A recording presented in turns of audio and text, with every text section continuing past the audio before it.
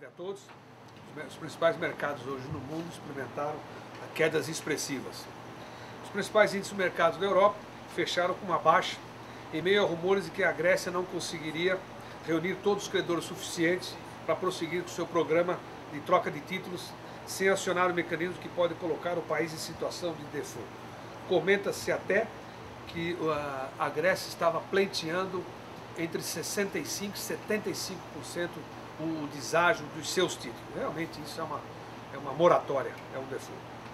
Na Inglaterra, menos 1,86, na Alemanha, menos 3,40, na França, menos 3,58, em Madrid, menos 3,39, mercado suíço, menos 1,73, o euro fechou a 1,321, menos 0,78. Na Alemanha e na França, o destaque na queda foram as ações do setor bancário e industrial. E na Inglaterra, o destaque nas commodities, em função das notícias de ontem, todos os senhores sabem, a China fixou que a sua economia deverá crescer em torno de 7,5%. É um número fantástico, mas abaixo daquilo que vinha crescendo nos últimos 10 a 15 anos.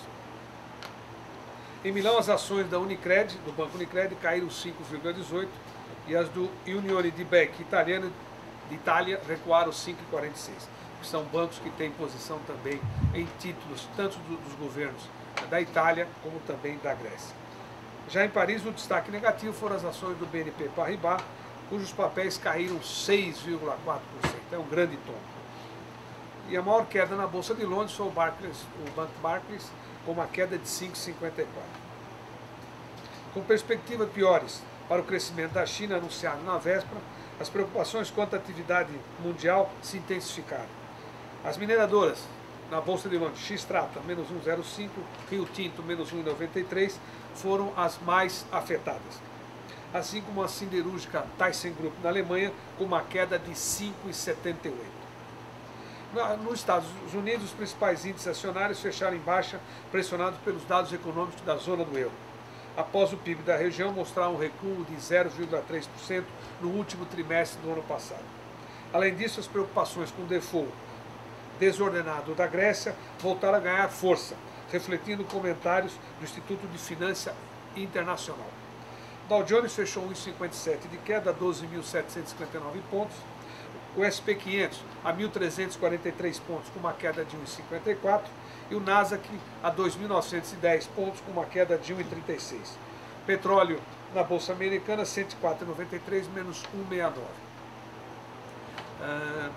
O pedido do presidente americano para que Israel moderasse nas suas perspectivas, né? Israel está muito preocupado com o Irã e a preocupação que é que os Estados Unidos, Israel atacando o Irã, atacando as usinas nucleares, poderia fazer com que o petróleo explodisse a sua cotação até, por exemplo, 150, 160 dólares. Mas isso se acalmou. As conversas foram boas, mais amenas, mas também os dados da economia do mundo pressupõem um crescimento menor e um consumo menor, principalmente por parte da China, de petróleo. Aqui no Brasil, o Ibovespa, acompanhando todo esse mau humor nos mercados internacionais, fechou em queda com 2,76 aos 65.114 pontos, com volume financeiro de 7,2 bilhões. O futuro fechou com uma queda de 3,11%. O dólar fechou a 1,77, no futuro com 1,09 de alta. Aqui o dólar subindo, existe uma expectativa, o mercado faz uma aposta que, em função do crescimento da economia no mundo e também o crescimento do PIB do Brasil do ano passado, que veio com 2,7 pontos percentuais de crescimento, fará com que, provavelmente, que na reunião do cupom, o recuo dos juros poderia entre 0,50% e 0,75%. Se for 0,75%, a nova taxa seria 9,75%, depois de muito tempo abaixo de 2 dígitos. E com isso, diminui bastante o spread, o juro real, acabando diminuindo bastante a arbitragem, o power trade que acontece. O mercado internacional captando dinheiro a juros baixos, tanto o mercado americano como o europeu, emprestando nos emergentes, principalmente o Brasil, com um ganho real expressivo. Durante a tarde comentava-se que poderia haver caso o governo brasileiro não conseguisse sustentar o dólar, alguma tipo de uma quarentena, mas isso só foi boato. As ações da Petrobras PN fecharam a 23,75 com uma queda de 3,41.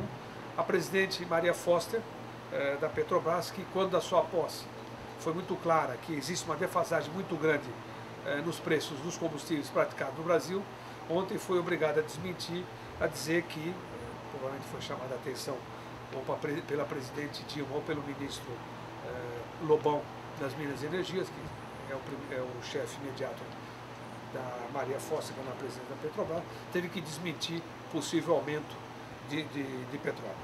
As ações da Vale fecharam a 40,17 com uma queda de 4,44. Dois fatos importantes, tanto do lado chinês, com a perspectiva de um crescimento menor, e também algumas multas, algumas pendências fiscais que estão sendo cobradas da Vale, tanto aqui no mercado doméstico, como aqui no Brasil, como também lá fora. Entre as notícias de destaque corporativo, a Vale revelou, nesse sentido, que recebeu uma possível cobrança sobre os lucros obtidos no exterior. Ela disse que vai recorrer dessa decisão, mas falam algo entre 20 bilhões de reais. Já a MMX informou na véspera que nomeou Guilherme Amado para o cargo de diretor financeiro. O mercado ficou um pouco assustado, apreensivo, porque quando se troca o diretor financeiro num momento assim de instabilidade, o mercado já fica, como a gente diz aqui, com a pulga atrás da orelha. Foi um destaque na queda, a MMX com quase 6% de queda. No sentido oposto, os ativos da Minerva, frigorífico Minerva, fecharam uma alta. A companhia apresentou um lucro de 15 milhões no quarto trimestre, uma queda de 45% ante ao mesmo período de 2010, mas bem acima da expectativa do mercado. Enquanto isso, as ações da ALL fecharam no negativo, depois da empresa reportar um prejuízo de 32,5 milhões no quarto trimestre de 2011. As maiores altas de hoje, do índice CCRO 2,71, CPFE Energia mais 1,10, Friboi mais 0,74. Do lado negativo, as maiores quedas. MMX 5,86, Braskem 5,57 e a Gerdau Metalúrgica 5,32. Um dado importante, a Bolsa Brasileira, entre 50% a 60% das ações que compõem o seu índice são ações do segmento de commodities, tanto nos mercados internos como nos mercados externos. E disso daí, pelo menos 30% a 40% são empresas que têm uma dependência muito grande da China. Então, a queda das commodities tem realmente a ver diretamente com essa nova perspectiva de crescimento da China para esse ano de 7,5%. Tenham todos uma boa noite, vejo vocês amanhã, até lá.